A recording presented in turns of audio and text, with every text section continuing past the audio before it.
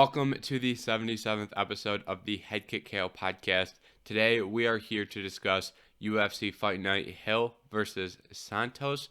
Once we are done with that, we are going to go over a couple of quick fight announcements, and we are going to preview next week's fight card, which is headlined by Cruz and Marlon Chito Vera. That will be brief because that card is not anything too crazy, but we will talk about it. So, to start this off, like I said, we're going to start right at the main event of Jamahal Hill versus Thiago Santos. And this was a great fight while it lasted. We saw a lot of heavy exchanges, especially in rounds 1, 2, and 4. So pretty much the whole fight. Round 3 was mainly grappling. But we saw a lot of heavy exchanges between these two. And I was very impressed by Jamahal Hill and the way he strikes.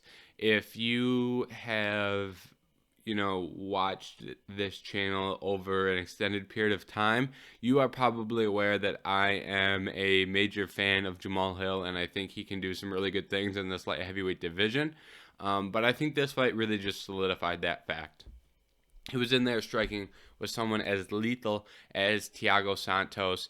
And for the most part, it looked like his shots were hurting Santos more than Santos was hurting Jamahal Hill.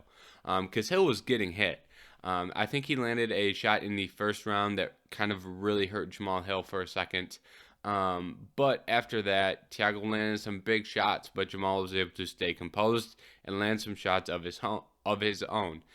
So I think that was one thing that really stood out to me, was even when Jamahal was eating shots from Santos, he did a really good job of making sure he was getting his own back. He was never falling really far behind. You can make an argument that he lost the first round. I probably would have scored that first round for Thiago Santos. But even in that round that he lost, he was not too far behind. It's not like he was getting blown out that round. He was, even though he wasn't, at his A game, I think, yet at that point in that first round, he was still doing enough to keep that fight really close, and he was landing enough. And then in round 2, he started to really do some good work, and I think he pulled away a lot in round 2. And then round 3, Santos comes out heavy with the grappling pace. Worked out really well for him. Round 4, both guys are really tired. The tide starts to swing a little bit in Jamahal's favor, and once he landed some of the big shots that he was landing earlier, now he's landing them on a slightly more fatigued Thiago Santos, and Thiago wasn't able to stand or withstand those shots.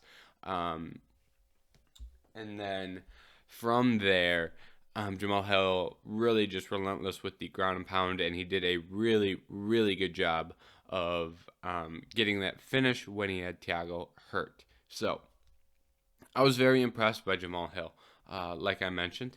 And as far as his skill set goes, I really like his hands, and I think he's a tremendous boxer.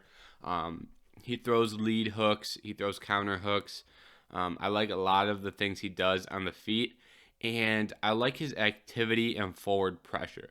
I feel like those are things that we don't commonly see in the light heavyweight division, where someone says, okay, I'm coming out, I'm going to control this, I'm going to push you up against the fence, I'm going to throw some jabs, I'm going to push the pace. Those are all things that Jamahal Hill does, and I think that it provides a little bit of a change of pace, and I think that is helpful for him, because we see these light heavyweights come in, and I don't know that they're all used to seeing that pace.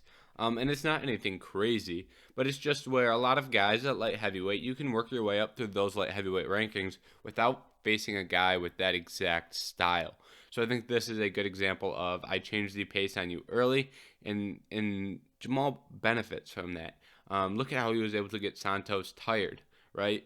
He, a lot of that was due to the grappling in the third round, I believe, but I think a good portion of that, too, could have been from the forward pressure of Jamahal Hill. Now, moving forward for Jamahal, I think there are a couple clear things that he needs to work on if he wants to be a champion. And once again, I'm not saying these as a way to pull down Jamahal Hill, but I think he's very close to being a championship tier fighter with just 2 or 3 small holes in his game, that if he can patch up those holes, I think he does a tremendous job in this light heavyweight division. Well, he's already done a tremendous job, but I think he can elevate to another level by filling a couple gaps. First of all, is that cardio. I think it's very clear that he was pretty tired at the end of that fight. With that being said, if you have cardio that's not top tier, it's important that you have the will to not quit. So I think that is something that Jamahal has. He has that will to not quit. But I think it is more beneficial to not have to lean on that. So I think a little bit of a better cardio would help, right? Now, I think he's okay, right? I'm not saying he has bad cardio, but if he can improve it slightly, that would take him to another level. I think he could check leg kicks a little bit better. I haven't rewatched the fight, but watching it live, I thought those kicks from Santos were landing pretty efficiently. So that's a small thing. And I'd like to see him throw some more kicks. I think he has really good kicks, and he doesn't use those tools quite as much. I think he should have kicked the leg of Santos a little bit more in that fight.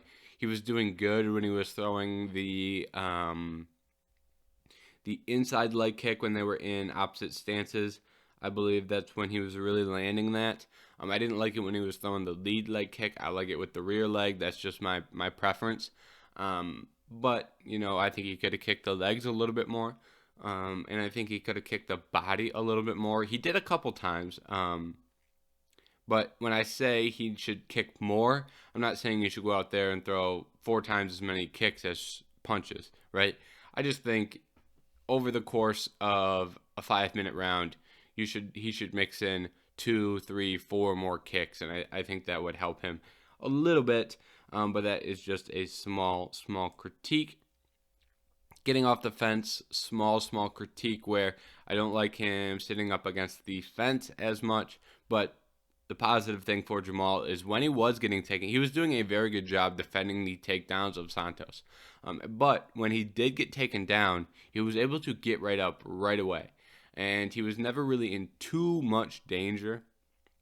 So I think those are all some small things that he can work on that could really elevate him from being, now I believe he's going to be a top 5 fighter in the world when these rankings come out. But I think those are some small things that can take him from being ranked number 5 to having that gold belt. So like I said, I really like Jamahal Hill, and I am very high on his skill set. But those are just a few small critiques. And at the end of the day, I'd rather be sitting here saying, hey, you need to improve your cardio a little bit, or hey, you need to get off the fence a little bit better, or hey, you need to check leg kicks a little bit better. I'd rather be saying those things than saying like, hey, I'm just not sure if his striking is an elite level, or I'm not sure if he can knock out a top 5 heavyweight. I'm not sure if he has the heart or will to go in there and go in the depths of a 5-round fight. I'm not saying those things, right? So he's checked off all the big major boxes, and he has everything that you really need, right? So, like I said, these are just some small critiques that I think could elevate him, but he has all of the big major things. He has tremendous power, great technical boxing, good fight IQ, good takedown defense. He has a lot of the things that you absolutely must have, and he has them at a very, very high level. So I am very high on Jamahal Hill moving forward. And now that we're talking about Jamahal Hill moving forward, let's talk about who he will fight next. When these rankings come out on Tuesday, I'm recording this on Sunday, but when these rankings come out on Tuesday, I think he will be ranked number 5 in the world. He will either be number 5 or 6. He's just beat the number 6 guy in the world, so it's a shoo-in that he gets to at least 6, in my opinion. Now, the question is, does he jump Anthony Smith to get to the top 5?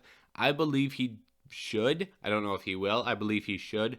If you look at the resumes over the course of their last couple fights, I believe Jamahal Hill is on a 3-fight win streak against Jimmy Cruz, Thiago Santos, and Johnny Walker, right? Yep, that is accurate.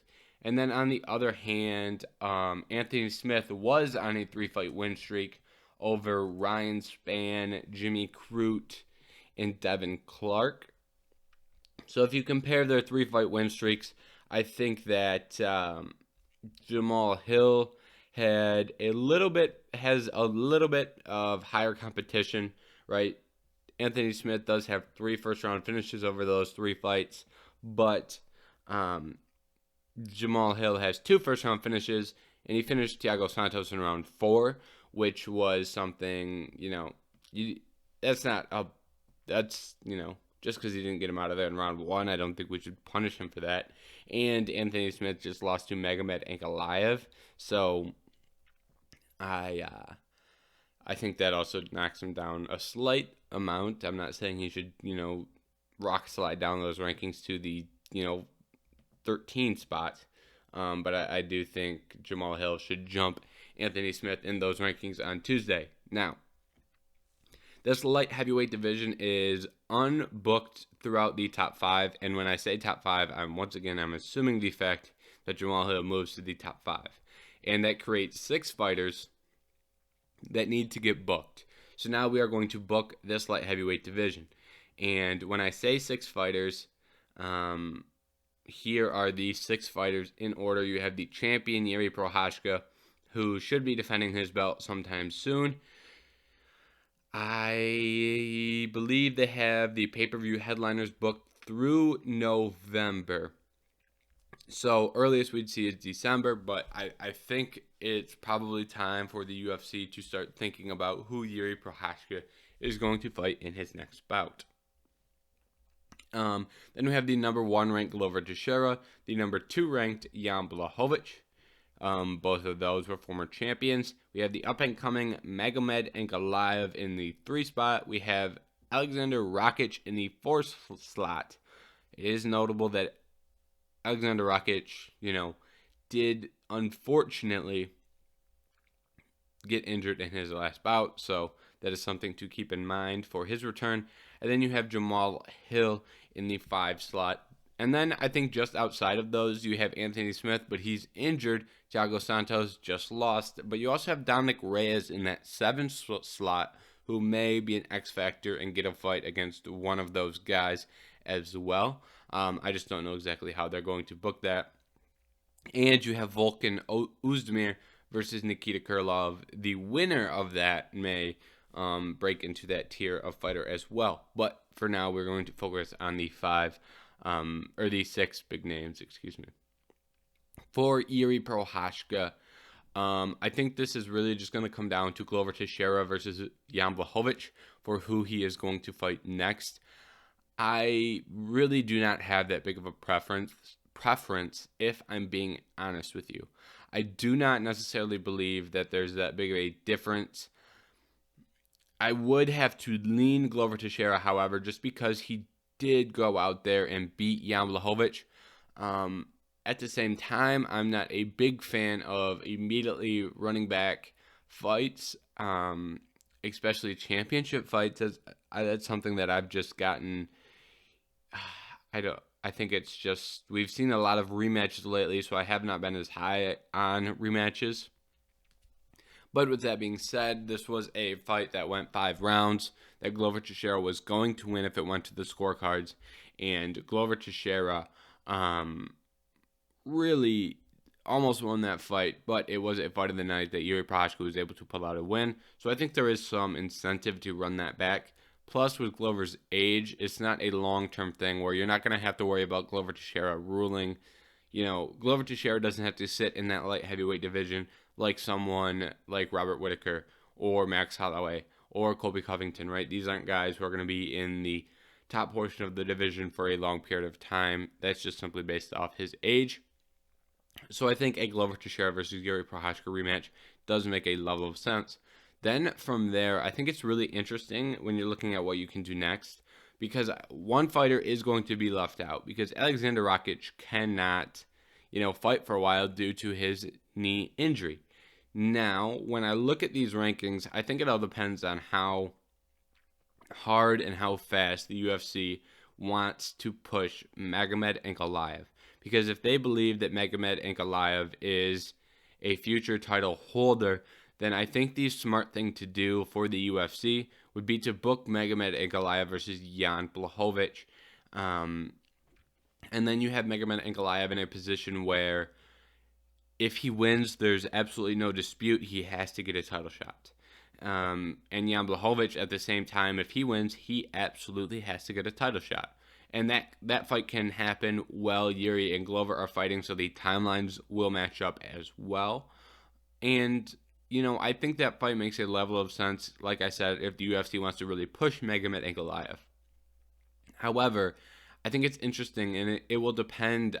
I think this fight booking will depend on who does the UFC think has higher potential and higher star power. Do they believe it is Magomed Ankalaev, or do they believe it is Jamahal Hill? Because I think that answer will greatly affect how this division gets booked. And I'm saying that because I think Jan Blachowicz will fight one of those two guys. If the UFC believes Jamahal has that higher star power, I think that Jamahal gets that fight against Jan Blachowicz in a number one contenders bout. However, like I said, if they think it's Magomed, I think they give Magomed Jan Blachowicz. The X factor here is the UFC may just cut Jan Blachowicz directly out of this picture, and they may just say, hey, we'll just have Magomed and Jamahal Hill fight straight up in a number one contenders bout, and that will determine who is, the up-and-coming guy at light heavyweight. That will determine who we think can be a future champion. So I think this division will greatly hinge on how that gets booked. So I think it's going to come down to Jan, Magomed, and Jamahal. And one of those guys isn't going to get booked. And the person that doesn't get booked is going to be left waiting on the side for Alexander Rakic. Or they could possibly fight Dominic Reyes. I'm not necessarily sure that if you're in Jan's shoes, if you're in Magomed's shoes, or if you're in Jamal's shoes, I'm not sure that you're jumping out of your shoes to fight Dominic Reyes. They will all be ranked far higher than Dominic Reyes. Jan has already fought Dominic Reyes. And Magomed just beat the number 5 guy in the world, and Jamahal just beat the number 6 guy in the world. Why would they want to fight the number 7 guy in the world? And that number 7 guy in Dominic Reyes, I don't believe is, on some rocket to becoming a UFC, star. I talk a lot about defending your ranking against lower guys to ensure they don't hop you in the division. That was my thought process for lightweight at, with Rafael Fiziev, because Fiziev is climbing in those rankings.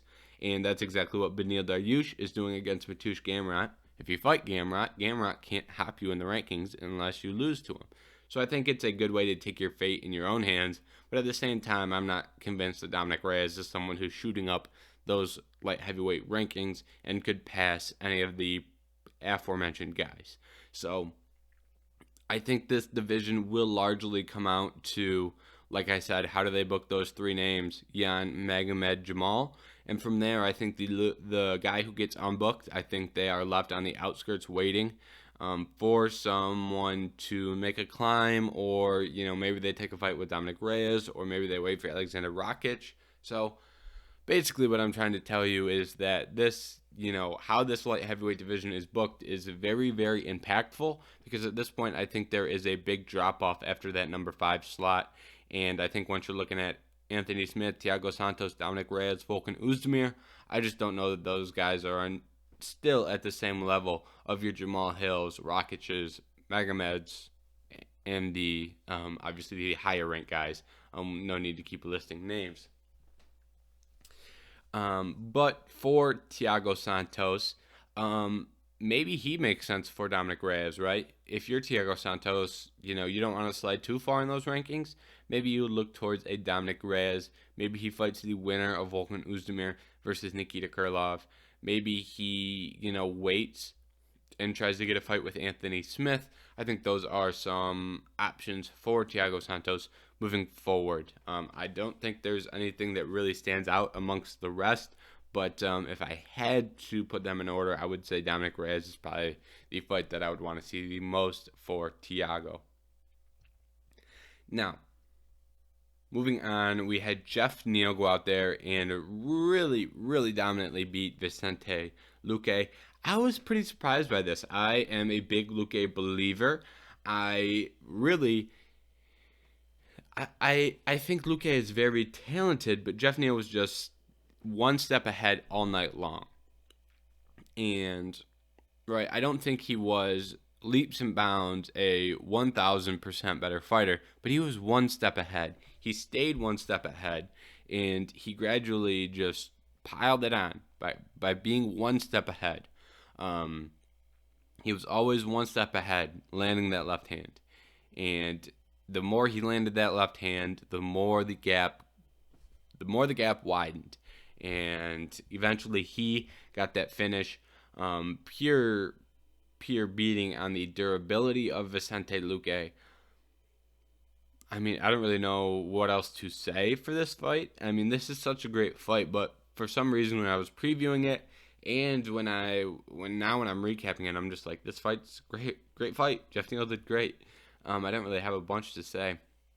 He was very accurate in there too, and he did a good job of punching through the high guard of Vicente Luque. I think that was something that Dean Thomas mentioned on the broadcast, that Vicente was really depending on that high guard to defend strikes, and when you do that, you can get caught between it, you can get caught around it. Jeff Neal threw uppercuts at the end to split it. There are a lot of different things you can do to counteract that high guard you can dig to the body.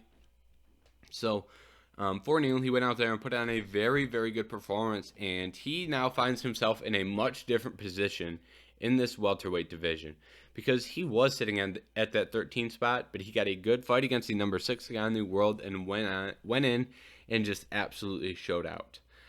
I'm interested to see what he wants to do next.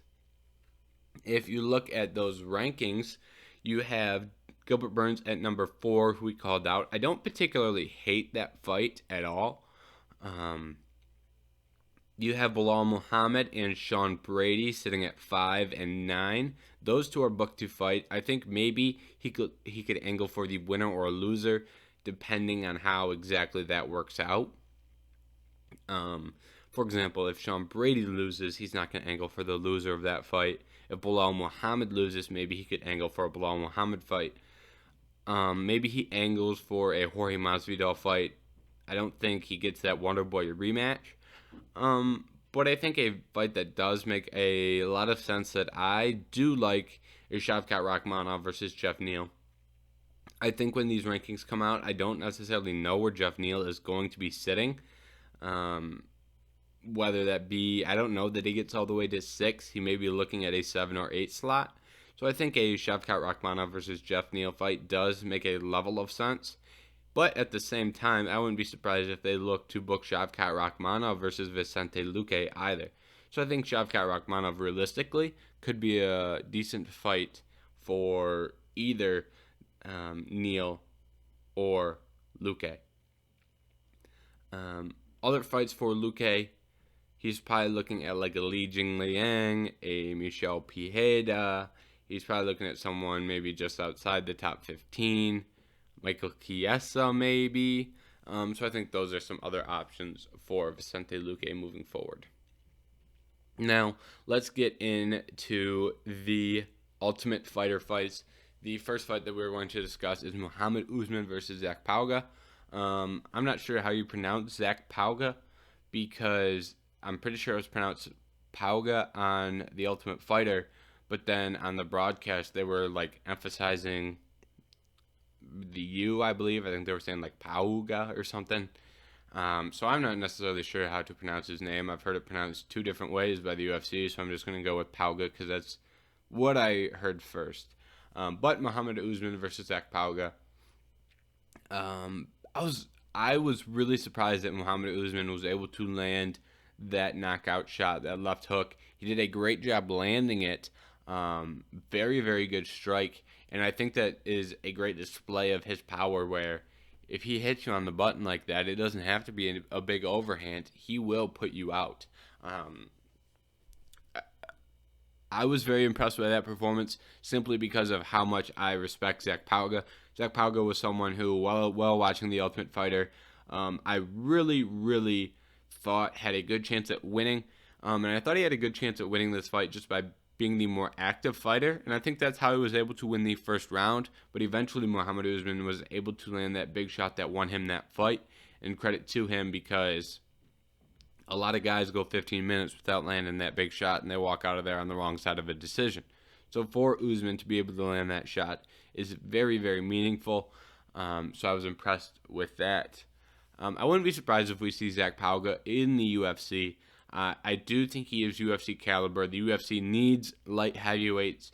I think he should probably get the call. I think he beats a lot of these guys at heavyweight. The heavyweight division is pretty, I don't want to say bad, but the lower portions of that heavyweight division, I could point you to probably 15 regional level guys that should be signed by the UFC, in my opinion, and they could probably go out there and beat your Jared Vanderas, your Chase Shermans, your Josh Parisians. Your Josh Parisians, your Justin Tafas, your Dontel Mays. I think there are, a decent amount of guys that could compete against that level of fighters. And when you're looking at that, I think Zach Pauga is one of those guys who can compete against that level of fighter. And regardless, even if he can't, I think that division does need to get a little bit deeper. And I think that would be a good opportunity for him to kind of round out his skill set against some heavyweights who are, good but not tremendous. So I think that is, something to keep in mind for Zach Pauga and for a lot of other heavyweights that we see. Now, also, while we're on this topic of up-and-coming light heavyweights, I forgot his name, but the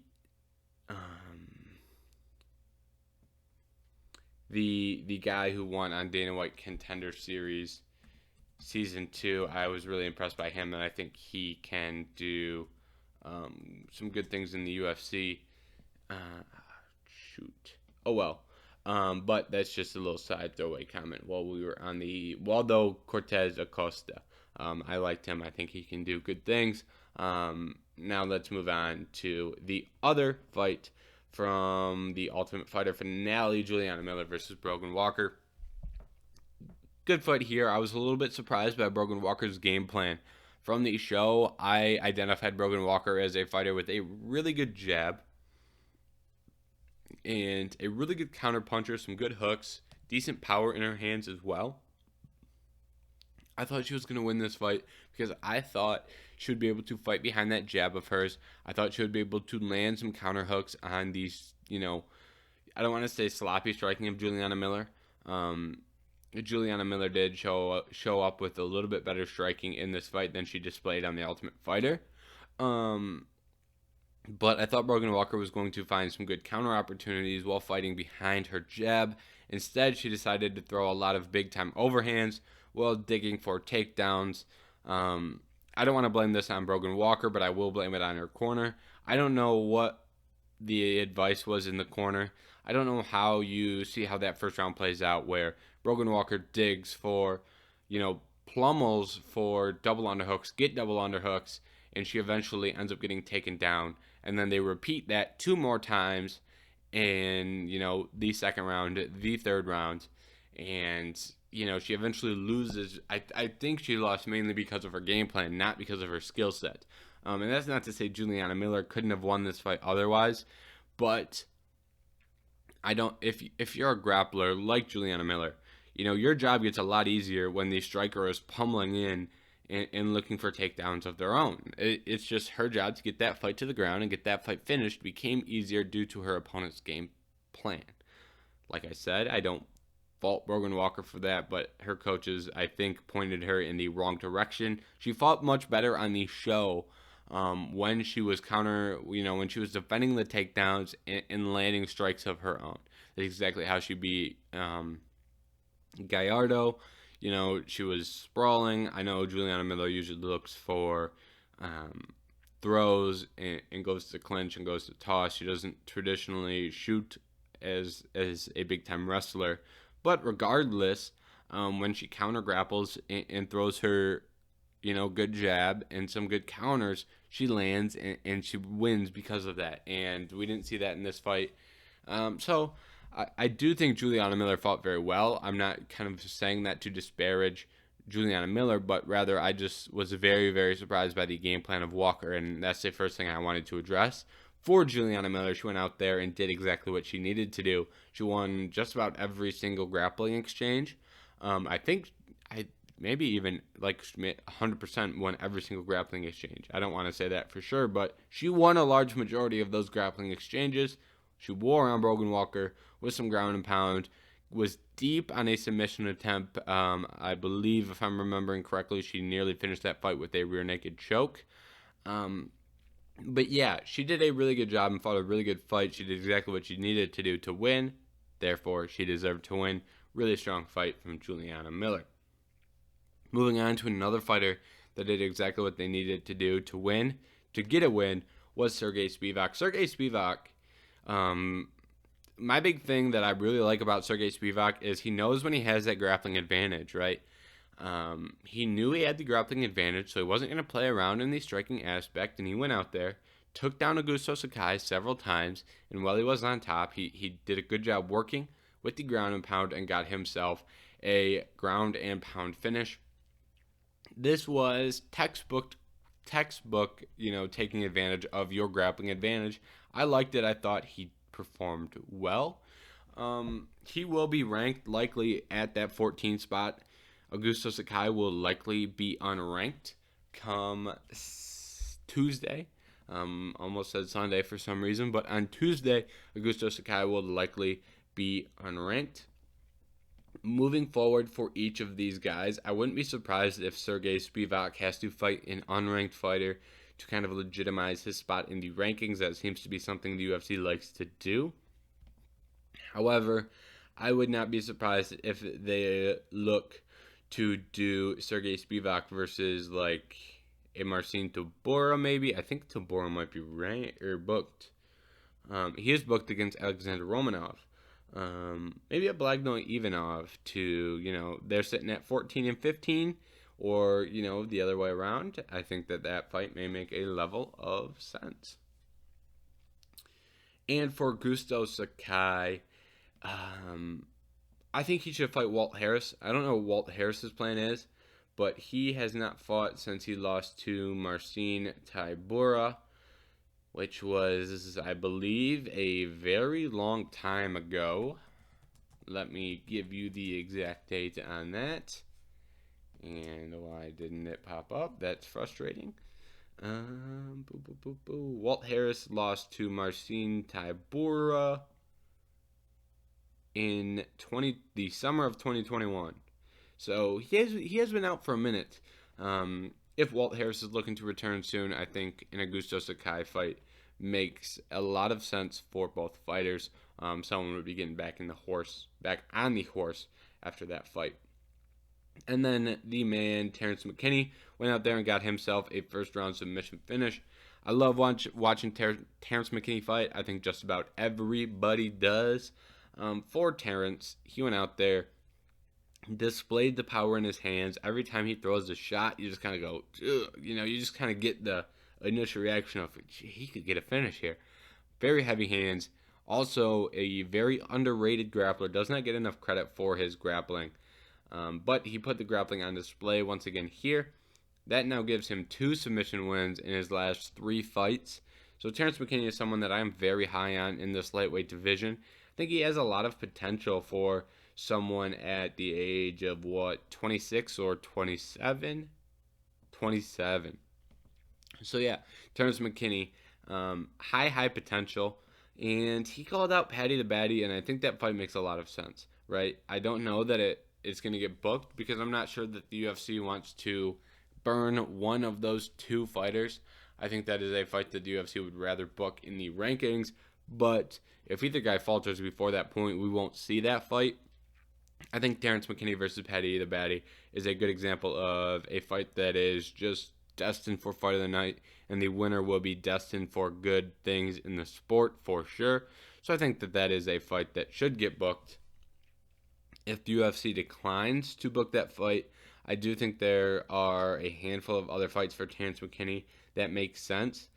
Mark Diakese, not a bad fight. Michael Johnson, not a bad fight. Rafael Alves, not a bad fight. Jamie Malarkey, not a bad fight. So those are just some names that you may see Terrence McKinney booked up against. And now that we have gotten to the prelims, we're going to speed through these prelims. Michael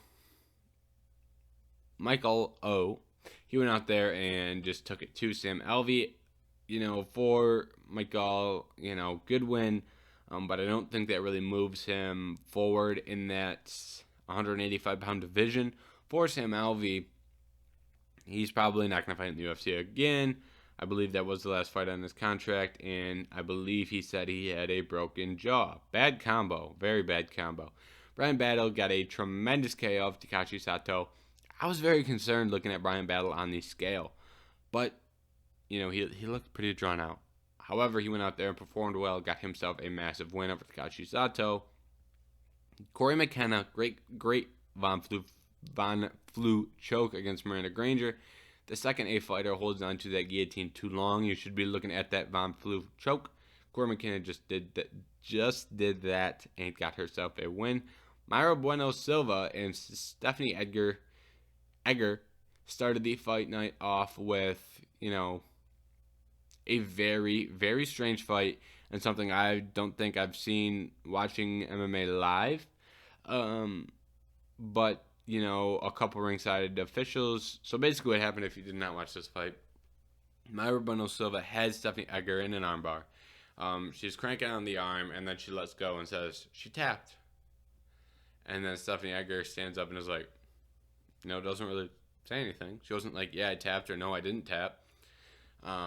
And then it was not Keith Peterson, Chris Tagnoni, he was like, well, fire up the instant replay. So they fire up the instant replay, and the replay official was Mark Smith, I believe, and Mark Smith was like, I didn't really see anything. I don't have an angle at it. And then they were like, okay, we got to pull the judges. Judges, did you see a tap? One judge said, I 100% saw a tap. And then they were like, okay, he saw a tap. Fight's over. Strange fight. Herb Dean also was like, yeah, I saw the tap too. So there were some other people that it wasn't just one judge. Very interesting fight, but for Mayra Bueno Silva, she went out there and got a really good armbar finish over a good grappler in Stephanie Egger. So good for her. Now moving on, we have 4 fights that were booked. Let's see, all pretty good fights. Nothing wild, but let's run through them real quick. Askar Askarov versus Brandon Royval, October 15th. Great fight. We talked a lot about booking this 125-pound division after UFC 276. Or was it 277? 277. Did I get it right? I did. You'd think my memory would be better. But it was 277. When we were talking about UFC 277 and recapping that pay-per-view, we talked a lot about booking 125 pounds. The UFC got on the horse really quick with booking Askar Askarov versus Brandon Royval. I don't know if that's the fight that I said they should book. I'm really neutral on how you book that division because I think you can, looking at 3 through 6, you can really do a lot of good things and create some good matchups. So I think if I remember correctly, I was pretty, indifferent. But Askar Askarov versus Brandon Royval should be a very entertaining fight. UFC 280 picked up another ranked fight when Volkan Oezdemir and Nikita Krylov got added for October 22nd at UFC 280. This one, pretty good matchmaking here. Both guys got a win at UFC London. One over Paul Craig, one over Gustafsson. And now they're getting squared up against each other. Oezdemir is ranked 8th. Krylov's ranked 11th. Those will change because Jamahal Hill is going to hop Volkan Oezdemir, so it's probably going to be looking more like Oezdemir at 9 and Krylov at 11. Pretty good matchmaking from the UFC. Mateus Nicolau versus Matt Snell got added to a card on December 3rd. I believe that's maybe the first I'm hearing of this December 3rd card, but we have 2 fights added to it, like I said. The first being Mateus Nicolau versus Matt Snell, and this fight makes a lot of sense. And I'm very glad they made this fight. Matt Schnell called for this fight after his fight with Sumudarji. And this is a good example of Matt Schnell made the most reasonable call out of all time. A lot of times you see guys make call outs and they call for a little bit too much in their call out. Matt Schnell did not do that. Matt Schnell made one of the most reasonable call outs I've ever seen after going to war with another fighter. Calls out Montez Nicolau. Like I said, very reasonable, and he got that fight. Good call out because you get the fight. Good booking by the UFC. I like it all the way around. And then Tracy Cortez versus Amanda Ribas was also added to that December 3rd card. I am a little bit more surprised by this fight. This is probably the fight that surprised me the most. I know technically Amanda Ribas is ranked 10th at the strawweight division. I don't know what division this fight is taking place at. Ribas is ranked at 115. Cortez is ranked at 125. Ribas did fight Chukagan at 125. So if I had to guess, I would imagine Ribas is going to that 125-pound division. Let's see. Tapology has it listed as a flyweight bout. So that makes sense. I am surprised they made this fight. I think that 115 division is a little bit deeper than that flyweight division. So it's a very good opportunity for Tracy Cortez to go out there and get a big win. For Ribas, it's her entry into that 125-pound division. And if she can put on a good performance, she'll get someone in that 5 to 10 slot, I'm assuming. So it makes a lot of sense for both fighters, but it just wasn't really a fight that I was expecting to see. Now, let's go and let's preview UFC Fight Night, or what is this, UFC San Diego? UFC Fight Night San Diego. That's a mouthful. Just call it UFC San Diego. Oh, wait. UFC San Diego. UFC Fight Night San Diego, also called UFC Fight Night Vera versus Cruz. These cards have about 15 names. I'm sure it's also called UFC on ESPN 44 or something stupid too. Regardless, main event, Marlon Vera versus Dominic Cruz. And like I said, I haven't done film study or anything on this card yet. That comes later in the week. But right now, from what I've seen so far, I'm leaning Chito Vera in this main event. I just think the power and I don't want to say durability, but the power of Marlon Vera, I think, will be able to affect Dominic Cruz. And he's going to have a long reach advantage and size advantage in this one, too. Marlon Vera usually looks pretty big at 135 pounds. Dominic Cruz, not the biggest bantamweight that you've ever seen. So I do lean Chito in this fight. But if Dominic Cruz gets it done, I would not complain. But I do envision Chito winning a decision just by him landing the bigger power shots throughout the fight. That's really the way I see this going. I just think he's more consistent, lands some more damaging strikes, and that takes him to a decision win. If Cruz wants to win this fight, he's going to have to make Chito miss a lot. And I'm not sure how sustainable that is over the course of a 5-round fight. I think eventually you get hurt and banged up a couple times. I think I would like Cruz a little bit more in a 3-round fight where he only has to outwork him in 2 of those rounds. But over a 5-round fight, I think it gets real difficult to make Chito miss at a high percentage over the course of 5 rounds. So like I said, I will take Chito by decision. Now, we are just going to go through this very, very quickly for the rest of this card, because that, I believe, was our last ranked matchup. Nope, we have one more. But, I don't really have a lot to say about a lot of these fights. Not saying they're bad fights, but they're not, fights that you want to sit here and discuss for 5 minutes apiece if you're not doing a super technical breakdown of their skills, which, like I said, I haven't done film, so I'm not planning to do. So we'll just go brief. David Onama versus Nate Landwehr. I really like David Onama. I think this is a good fight for him. Good matchup. Good matchmaking as well. This should be a very entertaining fight. I do lean David Onama. Gerald Meerschaert versus Bruno Silva. I really like Bruno Silva in this fight. He fought pretty well against Alex Pereira. He got finished in the third round, I believe, but that fight was close. And, he had some momentum in several different instances in that fight. Prior to his loss to Pereira, he was on a 3-6-7 fight win streak with a lot of KOs. I think he lands on Gerald Meerschaert early, and I think he's able to put Gerald Meerschaert out. I will pick Bruno Silva.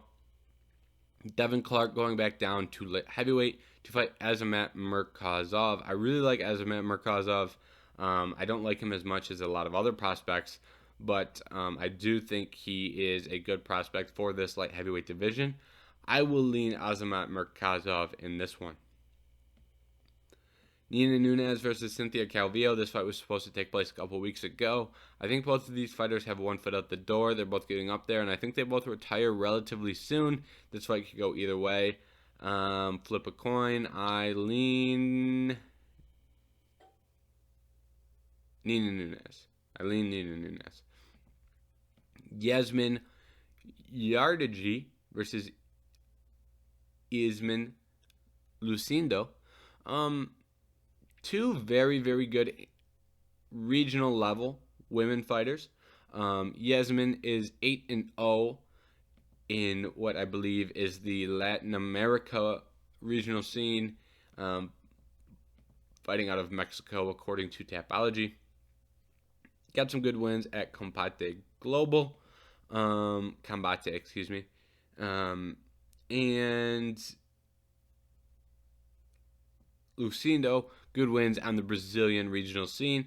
I really don't have much on this fight coming in, but I would advise you to watch this fight because I've noticed a trend where a lot of these women who are making their UFC debut, a lot of them are better than I expect. I think there is, a big skill difference in MMA, on the men's and women's side. I think that, fighters like Stephanie Egger and Mayra Bueno Silva. Mayra Bueno Silva is starting to look really good, but, your Eggers, your Miranda Grangers, I think some of those fighters are going to start being on their way out. And they're going to be replaced by fighters like Yasmin and Isman. And we're getting those fighters at a higher level. I don't remember her name for the life of me, but there was a debuting fighter that really impressed me a couple weeks ago on the prelims of one of these Fight Night cards. I will get her name in just a second. Natalia Silva. Natalia Silva came in off the regional scene right into the UFC, and she really impressed me. So I think that we're beginning to see a trend of more of those types of fights and more of those types of fighters. This time we have two, in upcoming fighters booked against each other. So, I don't know how that's going to make this a little bit different, but it is something to keep in mind, and I think that should be a fight that you watch because it may be beneficial to you later on. Then we have Łukasz Brzezinski versus Martin Buday, and this is a heavyweight fight, two unranked heavyweights, and I'm going to lean Buday in this one. I was impressed by him. I've watched some of his fights in the past. In a heavyweight division that doesn't have a lot of prospects, Buday has looked decent, and he may be the best prospect in that division. Meanwhile, Brzezinski, he has some very bad tattoos. If those are tattoos, I hope those are sponsors on his Tapology page. He's got a good sleeve, but this chest piece and belly piece both look very bad. I hope those are just, those spray-on sponsorships that fighters get before fights on the regional scene. Regardless, last fight, Dylan Potter, that was a no contest on the Contender Series. I wish they would tell you who originally won that bout. Regardless, prior to that, he had 2 wins, a draw, not bad. I will lean Martin Butte, however. Gabriel Benitez versus Charlie Ontiveros. Probably leaning Gabriel Benitez in this fight. Charlie Ontiveros, not a bad fighter, but he did have a pretty bad string of bad luck. I hope he pulls it through, but I will lean Benitez in this one. Ode Osbourne versus Tyson Nam, maybe the fight that I'm most excited for. I think this should be a very entertaining, striking matchup. I lean Ode Osbourne. Really like Tyson Nam. I think he can win this fight. But I lean Ode, and I think that may be your prelim fight that ends up being a fight of the night. Angela Hill versus Lupita Godinez. I will lean Angela Hill. While I like Lupita, I think that Angela Hill, just her experience, she is 13-12, but I don't think she lost all of these fights that she lost. She's got some decisions that should have gone her way. Her record should look a little bit better. With that being said, don't be surprised if Lupita is able to win. I think she can win this fight. I will just take Hill, at least at this stage, unless I change my mind, which I may do before the fights. Youssef Zalal versus Damon Blackshear. Blackshear is a UFC debutant. Youssef Zalal was someone who a lot of people liked as a prospect until he lost to Ila Tuporia. And then people kind of got off the Youssef Zalal train. Since that Tuporia fight, it hasn't gotten any better for him, as he has lost 2 fights to Sean Woodson and Seung Woo Choi. This is probably him fighting for his spot in the UFC, if I had to guess. Damon Blackshear is on a 4-fight win streak, and three of those wins came in Cage Fury. His last loss was to Danny Sabatello, and if you know anything about Bellator, Sabatello has done very well in Bellator, so that is not a terrible loss. And we have 2 fights left, and let's get through them very, very quickly. We have Jason Witt versus Josh Quinlan, and this fight was canceled. It was supposed to be last week. Not the best fight. Jason Witt has a very bad chin. Quinlan can probably touch his chin. So I think I will pick Josh Quinlan in this bout. Ariana Lipski versus Priscilla Cachoeira. Ariana Lipski does have some really technical mixed martial Muay Thai. Priscilla Cachoeira a little bit more heavy-handed. I think Ariana Lipski can use her kicks to stay away and control the distance a little bit and outvalue her way to a decision. You notice how the 2 fights that were supposed to happen last week I had a little bit more knowledge on. I'm not kidding when I say I do my research throughout the week, but, just not worth it to do a preview every Friday. So we're only doing those for pay-per-views. But, you can find my picks on Twitter and on social media. So last week we were 7 for 10. Not terrible. Went over 2 on the Ultimate Fighter fights, so that kind of sucked. But other than that, not too bad. Thank you so much for watching this episode of the Head Kick KO podcast. We will be back next week with a recap of UFC Fight Night, Cruz versus Vera, also known as UFC Fight Night San Diego. Just call it UFC San Diego. Make it easy. Regardless, thank you so much for watching this episode of the Head Kick KO podcast. If you enjoyed, make sure to tune in next week. But thank you so much for watching this episode. Goodbye. Oh! He front kicked him in the face! Kevin Lee with the ultimate